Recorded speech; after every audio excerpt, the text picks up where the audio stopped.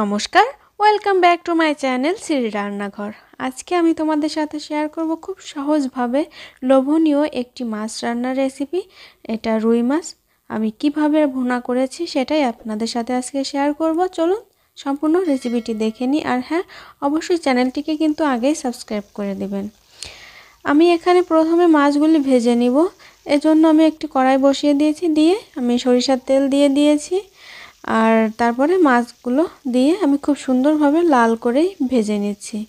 আর ভিডিওটা কিন্তু শুরু থেকে শেষ পর্যন্ত স্কিপ না করে পুরোটা দেখবেন, না হলে মাঝে অনেক টিপস আপনারা মিস করে যাবেন, যেটার জন্য আপনাদেরকে সম্পূর্ণ ভিডিওটা অবশ্যই দেখতে হবে। স্কিপ করে করে দেখলে কিন্তু হবে না।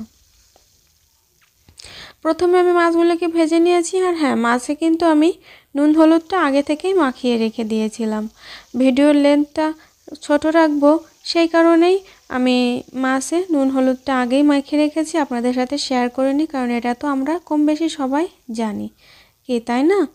আর আমার রান্নাগুলো আপনাদের কাছে কেমন লাগে সেটা কিন্তু আমাকে অবশ্যই জানিয়ে যাবেন। আর মাছ ভাজা হয়ে গেলে এখানে আমি বাকি তেলেই আলুগুলোকেও ভেজে নিব। আমি এখানে একটা আলু 4 ভাগ করে কেটে নিয়েছি, ছোট সাইজের আলু, যেগুলো মানে মাঝারি বলতে পারেন। আর আলুগুলোকে খুব সুন্দর করে ভেজে নিতে হবে, একদম লাল লাল করে ভেজে নিতে হবে। আলু ভাজা হয়ে গেলে উঠিয়ে নিয়েছি। আর বাকি তেলেই আমি পুরো রান্নাটা করব। এই জন্য এখানে আমি কেটে রাখা পেঁয়াজ দিয়ে দিয়েছি। এখানে আমি মাঝারি সাইজের 2টা পেঁয়াজ দিয়েছি। পেঁয়াজগুলোকে কিছু সময় ভেজে নেওয়ার পরে এখানে আমি দিয়ে দিব আদা আর রসুন বাটা। আদা বাটা 1 চামচ, রসুন বাটা 1 চামচ, আমি দুটো একসাথেই দিয়ে দিয়েছি। যখন এটা থেকে খুব সুন্দর একটা ঘ্রাণ বের হবে, ওই পর্যায়ে আমি এখানে শুকনো মরিচ বাটা আর জিরা বাটা একসাথে করে রেখেছিলাম, সেটা থেকেই 2 চামচের মতো এখানে আমি দিয়ে দিয়েছি। আর পরিমাণ মতন হলুদটাও আমি অ্যাড করে দিয়েছি। দিয়ে আমি সামান্য পরিমাণে জল দিয়ে দিয়েছি। তারপরে মশলাটা খুব সুন্দর করে কষিয়ে নিয়েছি। এই যে দেখলেই বুঝতে পারবেন মশলা থেকে তেল ছাড়তে শুরু করে দিয়েছে, এটার মানে হচ্ছে আমার মশলাটা কষানো প্রায় হয়ে এসেছে। তো এখন আমি এখানে আগে থেকে ভেজে রাখা আলু আর মাছটাকে দিয়ে দিব। আর দিয়ে দিব পরিমাণ মতন জল ঝোলের জন্য। আমি ঝোলটা একদম শুকনো করে রাখবো, আপনারা শেষ পর্যন্ত দেখলেই বুঝতে পারবেন। আর আমি কিন্তু খুব সহজভাবেই এই রান্নাটা করে দেখিয়েছি। ঘরোয়া মশলায় এই রান্নাটা আপনারা খুব সহজেই করে নিতে পারবেন যে কোনো সময়।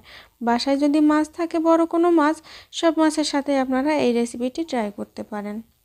তো এখানে আমি স্বাদমতো লবণটাও দিয়ে দিয়েছি। আর এখন ঝোলটা মানে রান্না করার জন্য, মাছটা সম্পূর্ণটা রান্না হওয়ার জন্য অপেক্ষা করব। আর চুলার আঁচটা আমি হাই ফ্লেমে 5 মিনিট দিয়ে দিব, কারণ টকবক করে ঝোলটা খুব সুন্দর করে না ফুটলে খেতে কিন্তু অতটা ভালো লাগে না।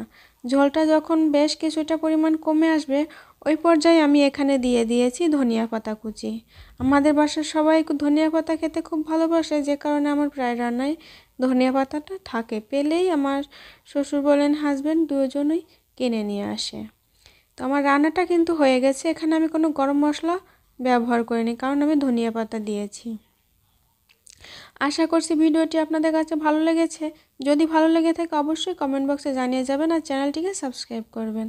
মাছটি কিন্তু দেখলেই বোঝা যাচ্ছে কতটা লোভনীয় হয়েছিল, আর খেতেও কিন্তু যথেষ্ট সুন্দর ছিল। গরম ভাতের সাথে